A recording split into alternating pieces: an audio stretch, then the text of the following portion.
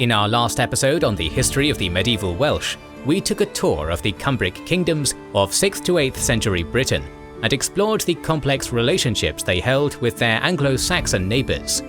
In this episode, new warlords from the rugged north will arrive on British shores for land and plunder, and throughout the 9th and 10th centuries, the heirs of Arthur will continue to fight to preserve the independence of their ancient kingdoms against not only the English, but the great heathen army as well. Getting land and title in Britain these days is much less hassle, and it's even good for the whole planet. You'll see why that is with our sponsor, Established Titles. They sell small plots of land in Scotland, which are sought after because of a historic Scottish custom where landowners are referred to as lairds, or lords and ladies in English. To protect these lands and the planet, a tree is planted with every order, and Established Titles supports charities like One Tree Planted and Trees for the Future. So it's not just a title, it's a fun and novel way to preserve the natural woodlands of Scotland, while helping global reforestation efforts. You'll get at least 1 square foot of dedicated land in Scotland, with a unique plot number and a certificate to prove it. This allows you to officially get Lord or Lady on your credit cards, dating profiles, and more. You can give this certificate and title to someone else too, making a great last-minute gift, and you can even get a couple pack with adjoining plots of land. The first 200 plots bought via our link will all be put together within a few minutes of each other next to the Kings and Generals plot, so be quick to join our channel's Scottish fiefdom. Go to establishedtitles.com/kings and grab the perfect gift with a discount in their holiday sale. Plus use our code KINGS to get a further 10% off and help support our channel. At the turn of the 8th century, the geopolitical status quo of Britain would undergo a dramatic shift. In the year 793 AD, Lindisfarne, the holiest monastery in the Kingdom of Northumbria, was brutally sacked by people history remembers as Vikings. Throughout the next few decades, waves of Danish and Norse raiders and settlers would continue to arrive on Anglo-Saxon shores. This eventually culminated in the invasion of a great heathen army in 865 AD, in which 3 out of 4 of the great Anglo-Saxon kingdoms, Northumbria, East Anglia, and Mercia, were overrun by Danes, with the Kingdom of Wessex and its royal scion, Alfred, being the lone holdout. While the lands of the Anglo-Saxons were consumed by the ingress of pagan Norsemen, the land of the Britons would see an inverse trend of stabilization as a new dynasty, the Mervinian of Gwynedd, came to power. Before we delve further into the march of history, we should talk about the sources available to us from this era. Manuscripts like the Harleian genealogy, the Bruti Tywysogion, and the Annales Cambriae offer us valuable insight into the succession of Welsh kings and the events of the Viking Age from the Welsh perspective. However, it should be noted that while primary sources like these give us an invaluable window into the world of Viking Age Wales, they are, like all medieval documents, full of anachronisms, internal contradictions, and heavy biases. As such, what follows is merely our best interpretation of an era still shrouded in mystery and uncertainty. In 825, Mervin Frith, a native of the Isle of Man, seized the throne of the Kingdom of Gwynedd, where his descendants would rule until their domain was annexed into the Kingdom of England in the year 1283. It is not known how exactly Mervin Frith came to be ruler of Gwynedd. Being from the Isle of Man, it is possible he was dislodged from there by Norse raiders and forced to take refuge across the water in Gwynedd. Indeed, Viking longboats were active in the Irish Sea at the dawn of the 800s AD, where they raided, traded, and established settlements along the Hebrides Islands and the Irish coast. From 816, Gwynedd had been plunged into turmoil as 2 brothers, Hywel Rhodri Maluinog and Canandin Daithriap Rhodri, fought a bloody civil war for the throne, all while the bellicose King Ceanwulf of Mercia's armies ravaged throughout all of the Welsh kingdoms. By 825, both brothers died, and a Wessex victory over Mercia at the Battle of Ellendon triggered the end of the Mercian presence in Wales, at least for now. These elements combined to create a power vacuum in Gwynedd, which Mervin Frith promptly filled. We know almost nothing about Mervin's reign as King of Gwynedd, only that he ruled until the year 844, when he died in battle against an unidentified foe. He would be succeeded by his son, known as Rhodri Mawr, Rhodri the Great. Rhodri Mawr inherited the throne of Gwynedd at a good time, for the kingdom's traditional Mercian enemies were too busy fighting either their Saxon kinsmen in Wessex or the increasingly troublesome Viking raiders to partake in their favourite pastime of trying to subjugate the Welsh. Taking advantage of this peace, Rhodri set his eyes upon expansion. In 855 AD, King Cynghenap Cadell of Powys died in exile in faraway Rome, ostensibly leaving no heirs. Pressing a dynastic claim to Powys' vacant throne through his mother, Nesferch Cadell, sister of the late King Cyngen, Rhodri annexed Powys into his realm. As Rhodri expanded his influence over the Welsh peoples, he found out that Wales was not exempt from the Viking raids which plagued the rest of the British Isles. However, the son of Mervin was dynamic and capable in his military leadership, and was able to repulse the Northmen invasions, slaying a Viking warlord named Ormer in 856. Rhodri's expansions throughout the Welsh lands continued in the following decades, when in 872, Gwygon, the last in the traditional line of kings of Cyselrhug, drowned, leaving no heir. In prior years, Rhodri had secured a marriage to Gwygon's sister, Angered. Thus, after the king of Cyselrhug's death, Rhodri's second son, Cadellap Rhodri, would become ruler of that kingdom by virtue of his mother's blood, and become a vassal to his father. Dynastic politics in medieval Wales was as sophisticated and complex as anywhere else in Europe, and establishing a proper pedigree among the ancient families of the Celtic Britons was essential to success, something Rhodri Mawr understood well and exploited to his benefit. This latest territorial expansion once more coincided with yet another wave of Viking aggression, and in the same year Rhodri vassalized Cyselrhug, he won 2 further battles against an invading Danish horde on the Isle of Anglesey. However, in 877, the Vikings returned with a large army, evidently overrunning Gwynedd and forcing Rhodri to flee to Ireland. Later that year, the Great Heathen Army also overran Essex, forcing King Alfred to go into hiding in the marshes of Somerset. However, in one of history's more unlikely comebacks, Alfred managed to rally the West Saxon feuds and decisively crush the Northmen at the Battle of Edington in the summer of 878. With the majority of Vikings in Britain focused on the Wessex campaign, Rhodri was able to return from exile and re-establish control over his domain. Unfortunately for him, a decreased Viking presence in central Britain also meant King Ceolwulf, client ruler of a Mercian rump state under Danish overlordship, was given an opportunity to try and re-establish his predecessor's hegemony over the Walists across Offa's Dyke. It is here that Rhodri Mervin the Great met his end, perishing in the battle against the Mercians. Upon his demise, the first great Mervinian's realm was divided up among his 4 sons, although only 2 would end up being politically relevant: Anaraud Rhodri, assuming the kingship of Gwynedd, and the aforementioned Cadell, king of Cyselrhug.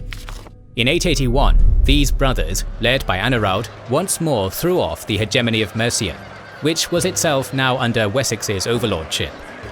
At the River Conwy, the sons of Rhodri crushed the Mercian lord Ethelred's armies in a victory that Welsh annals vindictively describe as divinely ordained revenge for the death of their father. Shortly after his victory, Anaraud forged an alliance with the Vikings of Jorvik, presumably as extra insurance against future Mercian aggressions, then turned his focus onto continuing his late father's vision of uniting Wales. However, many other Welsh kingdoms didn't appreciate the sight of Anaraud ravenously eyeing their lands.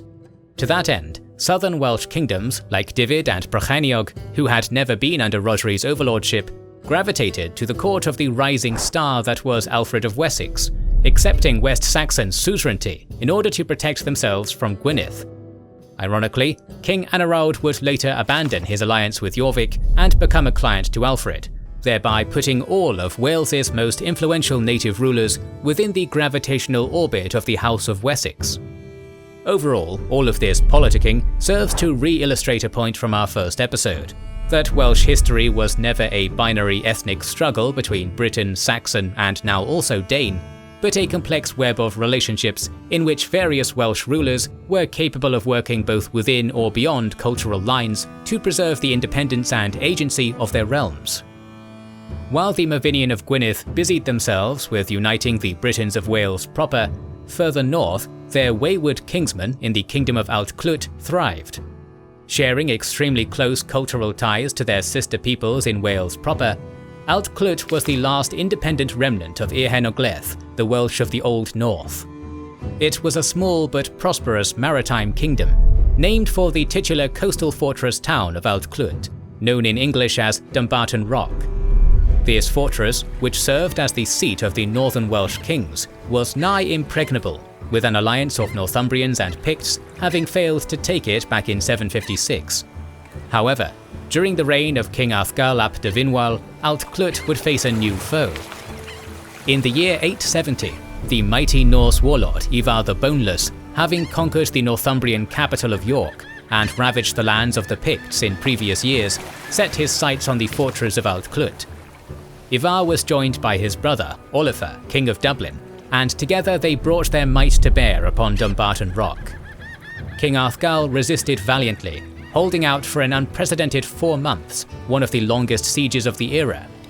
However, the Vikings eventually cracked the nut, and Alt Clwyd fell, its people massacred or sold into slavery.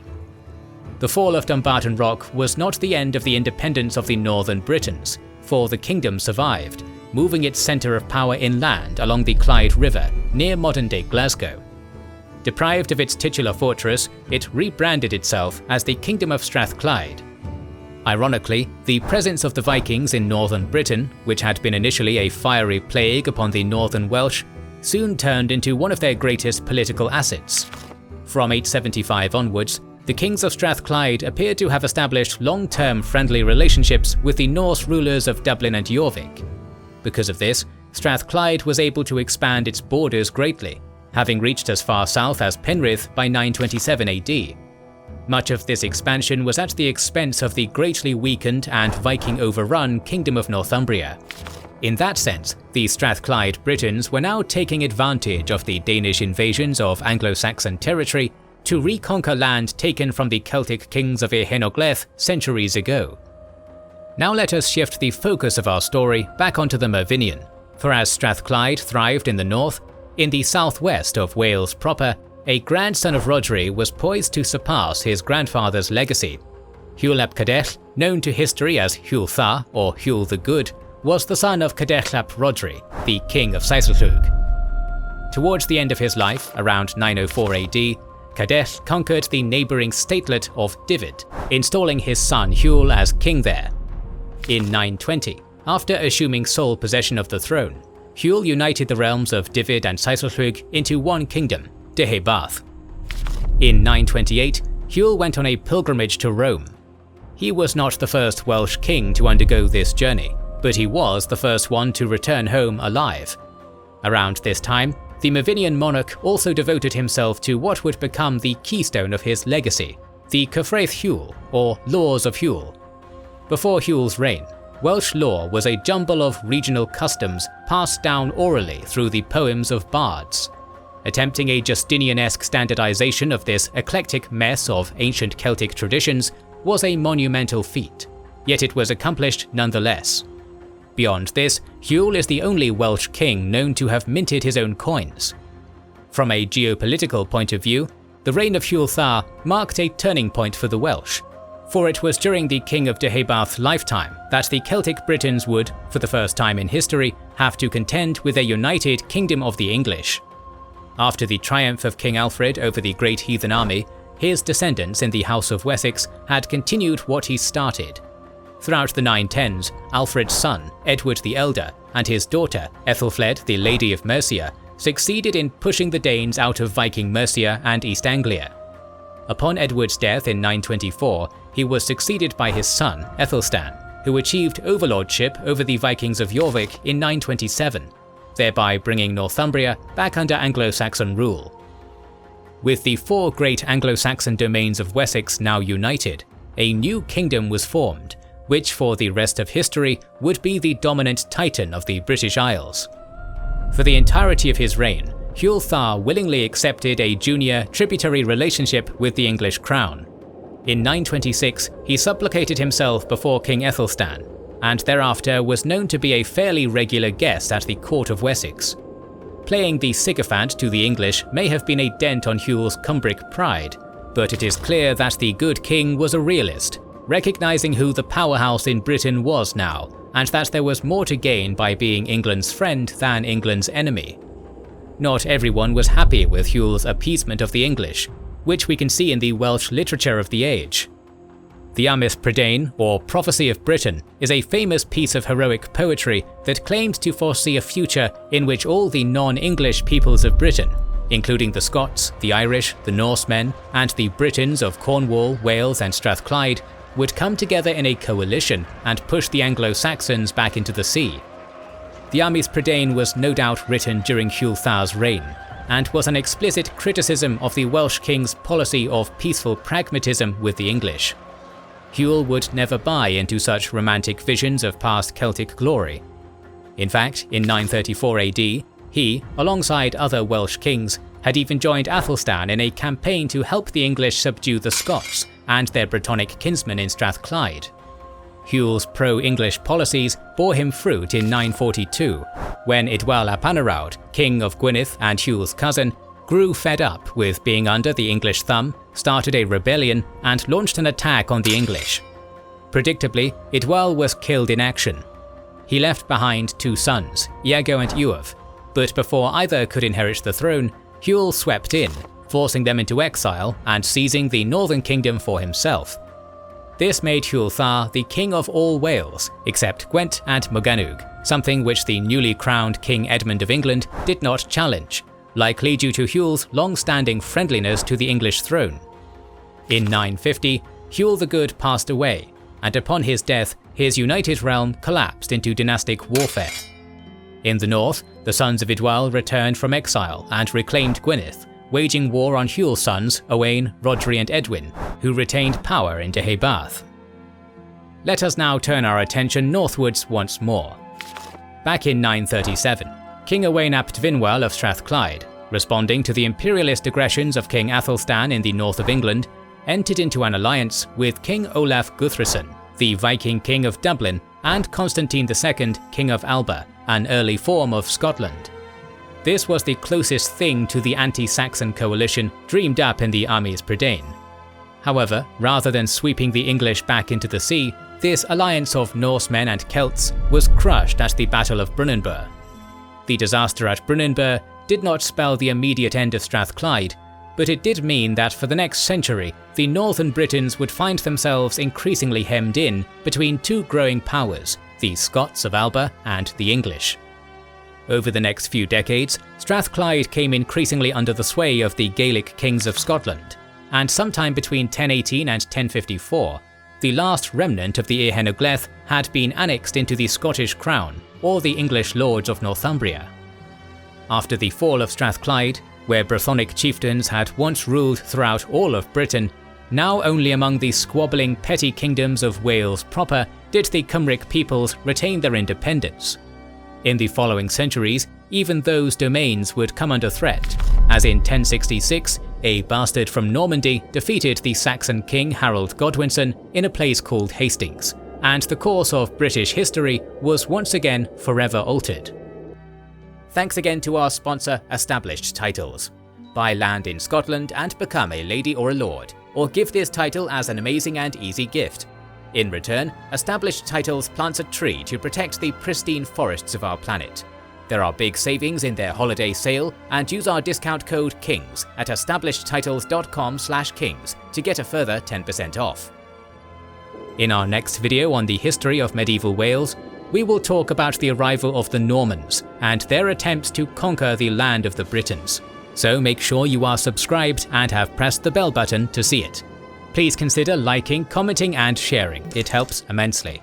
Our videos would be impossible without our kind patrons and YouTube channel members, whose ranks you can join via the links in the description to know our schedule, get early access to our videos, access our Discord, and much more. This is the Kings and Generals channel, and we will catch you on the next one.